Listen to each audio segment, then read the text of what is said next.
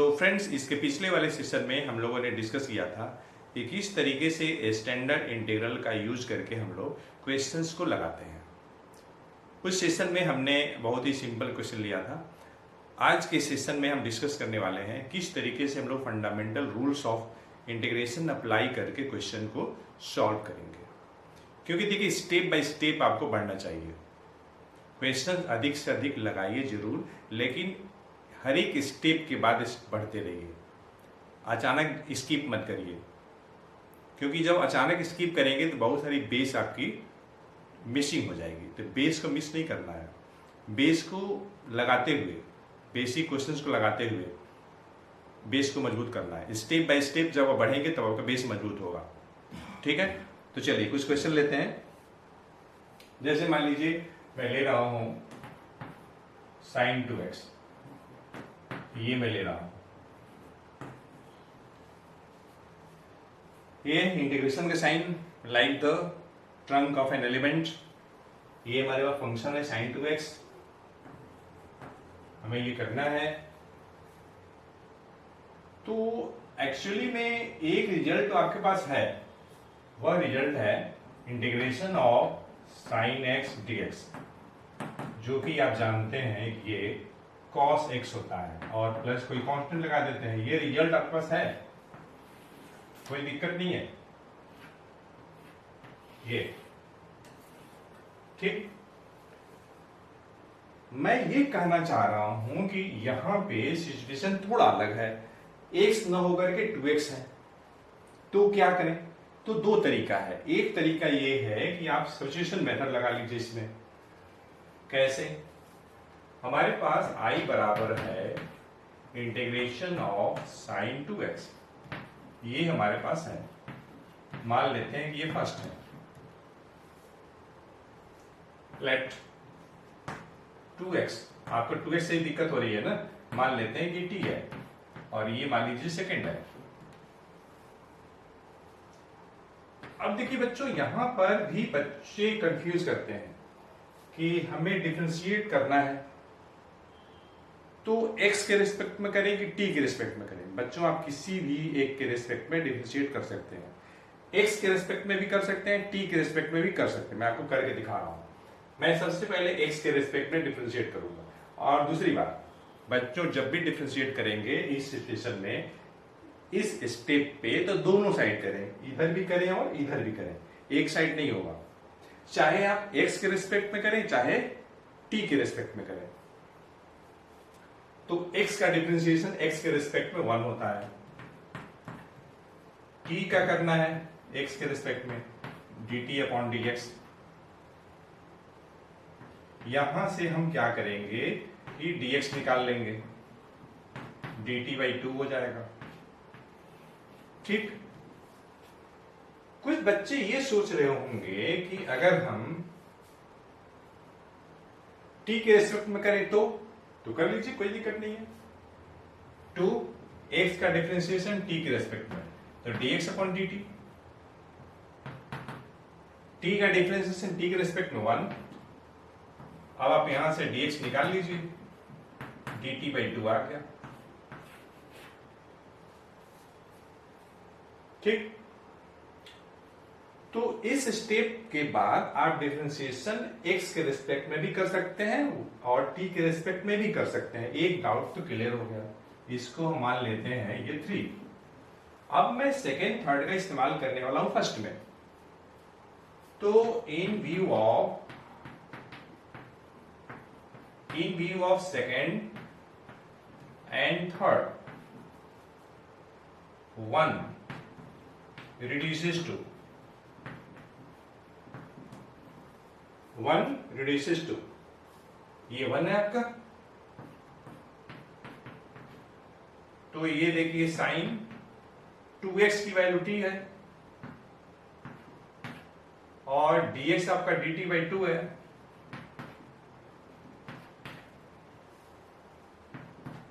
One upon 2 बाहर, ये है आपका साइन t और ये dt।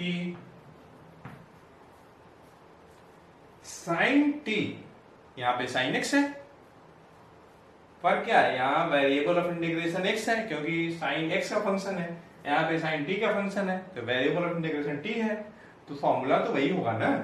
जब यहाँ x था तो माइनस कॉस x, जब ये t है तो माइनस कॉस t हो जाएगा। तो ये आपका आ जाएगा -1/2, ये जो माइनस है फॉर्मूला होगा कॉस आपका t, और t की वैल्यू कितनी है 2x,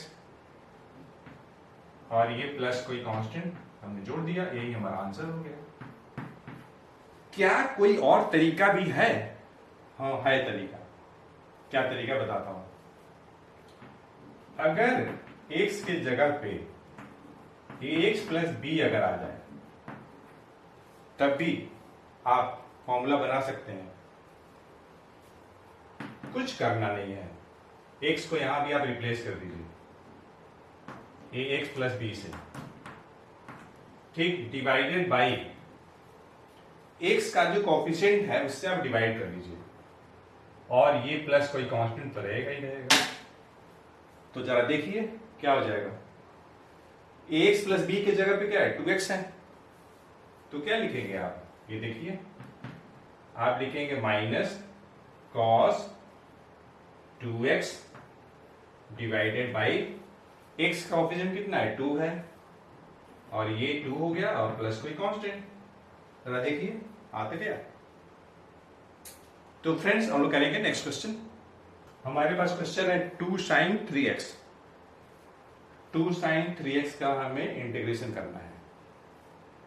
बच्चों इस सेशन में हम जो भी क्वेश्चन ले रहे हैं फंडामेंटल रूल्स फॉर इंटीग्रेशन का ले रहे हैं। फंडामेंटल रूल्स जो इसके ठीक पिछले वाले वीडियो लेक्चर में हम लोग 3 रूल पढ़े थे, उन्हीं 3 रूल में से एक ये है। उसमें ये था कि अगर आपके पास कोई फंक्शन है और उसमें k से मल्टीप्लाई है और आपको इंटीग्रेशन करना है, तो according to fundamental rules k बाहर आ जाएगा और ये आपका हो जाएगा, ठीक है। यहां पर भी अगर मानते हैं कि मान लीजिए कि fx है, किसकी value fx dx, integration fx dx की वैल्यू कैपिटल fx है, integration fx dx capital fx है।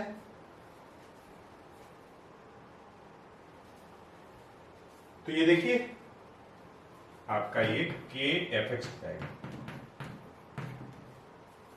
इस रूल के अनुसार k की जगह पे क्या है 2 है, तो आप 2 को बाहर कर लीजिए,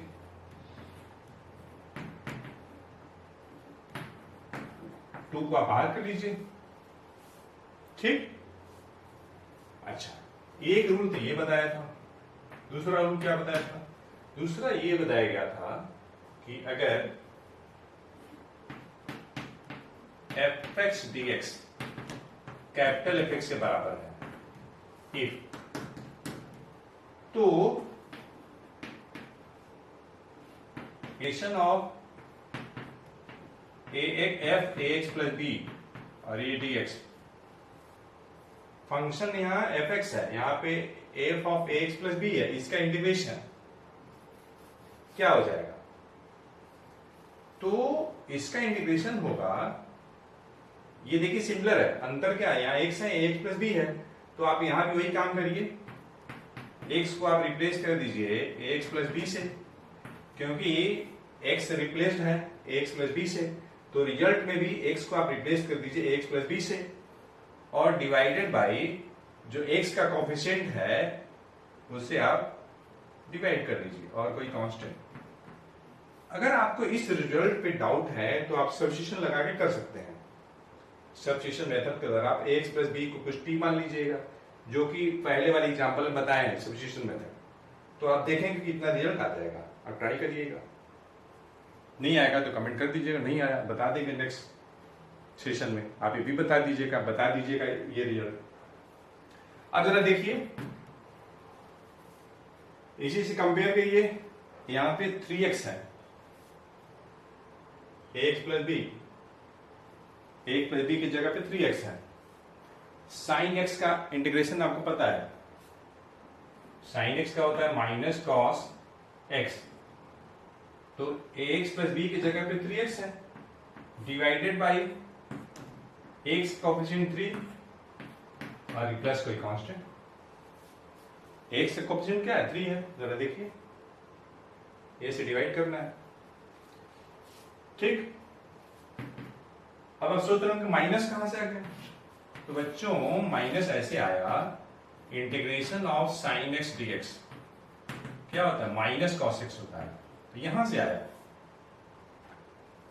तो उसी टाइप से अगर इंटीग्रेशन अगर होगा sine of X plus B DX का, एक्स यहां पर है, यहां पे एक्स प्लस बी है, तो क्या हो जाएगा? Minus cos x plus b divided by a हो जाएगा, और ये प्लस कोई कांस्टेंट तो रहेगा ही रहेगा, ठीक। तो वही तो मैं लिखा हूं। अब ये आपका हो जाएगा माइनस 2/3 कॉस 3x और ये प्लस कोई k, और ये आपका आंसर हो गया। तो फ्रेंड्स अब हम लोग करेंगे नेक्स्ट क्वेश्चन। फ्रेंड्स हमारे पास जो नेक्स्ट क्वेश्चन है इस तरीके से है, question number 3, 2 cos x plus 7 e का power x plus 9x cube minus k, और हमें इंटीग्रेट करना है। ये हमारे पास इंटीग्रेंड है, ये इंटीग्रेंड है, इंटीग्रेंड जिसका हमें इंटीग्रेशन करना है।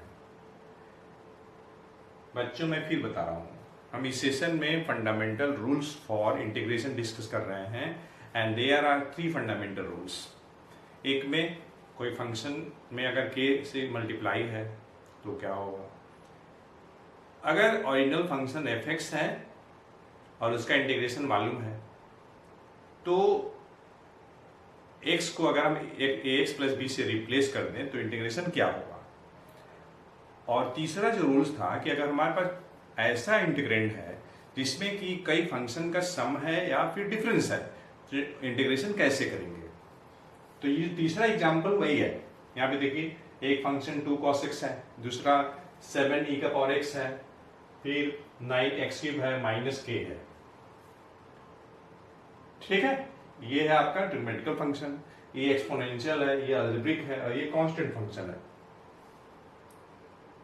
1 2 3 4, तो हम कैसे करेंगे? Q ले लिया, R ले लिया, और ये S ले लिया, और ये सभी आपस में प्लस माइनस से कनेक्टेड है। दोनों नहीं होगा, दोनों में से कोई एक ही सिंबल होगा, या तो प्लस होगा या तो माइनस होगा हर एक जगह। तो हम क्या करते हैं, ये हो जाएगा, ये होगा, ये होगा, और ये आपका ये होगा। और यहां पे बच्चों P Q R S ये चारों x का फंक्शन है, ध्यान से समझना है। वेरिएबल ऑफ इंटीग्रेशन क्या है? x है, तो x का फंक्शन है, या इंडिपेंडेंट ऑफ x होगा, जैसे यहाँ पे k कांस्टेंट फंक्शन है, बाकी देखिए सब में x है, x है, x है, इसमें k है, x नहीं है, तो कांस्टेंट फंक्शन है। तो क्या करेंगे, अलग अलग कर लेंगे। तो 2 cos x dx plus 7 e का पावर x dx, और ये प्लस 9x क्यूब dx, और ये माइनस k dx, ठीक। तो बच्चों एक रूल था कि अगर कोई फंक्शन अगर है उसमें k से मल्टीप्लाई है और इंटीग्रेशन करना है तो कांस्टेंट बाहर आ जाएगा, ये हो जाएगा, ये इंटीग्रेशन में साइन है, ये भी एक रूल है।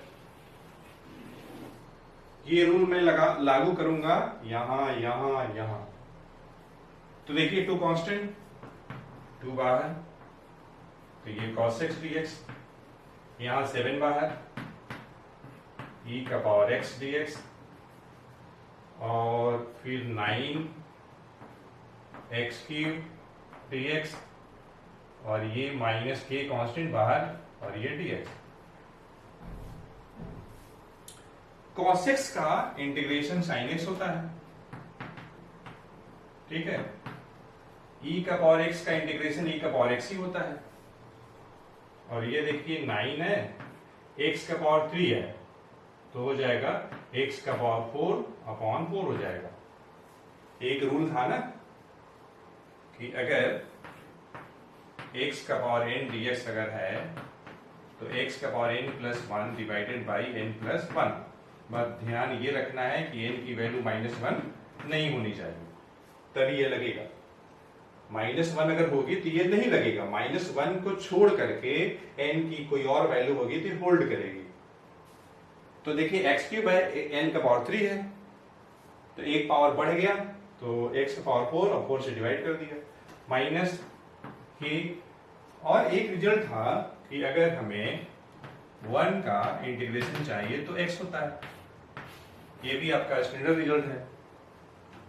तो इंटीग्रेशन dx आपका x हो गया और प्लस कोई कांस्टेंट, चूंकि इसमें k पहले से है, तो अगर कोई कांस्टेंट पहले से है तो जब आप कांस्टेंट इंटीग्रेशन प्लस करेंगे तो अदर देन दैट कांस्टेंट, तो कोई दूसरा हम l ले लेते हैं, where l is the constant of integration.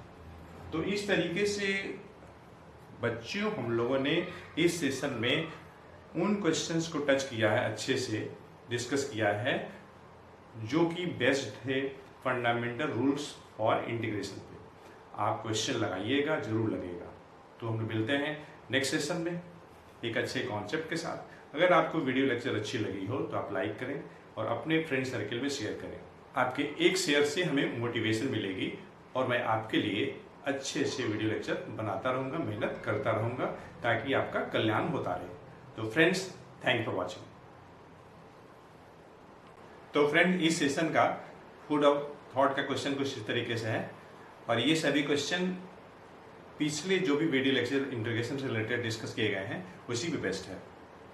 पहला क्वेश्चन है, आपको इंटीग्रेट करना है 1/3 cos 4x का। सेकंड में आपको इंटीग्रेट करना है 8 sec स्क्वायर 8x का। तीसरे में cosec स्क्वायर 2x का इंटीग्रेशन करना है। चौथे में sec 5x into tan 5x का इंटीग्रेशन करना है और पांचवें में cos 5 - 3x का इंटीग्रेशन करना है। आप इंटीग्रेशन करिएगा और कमेंट जरूर करिएगा।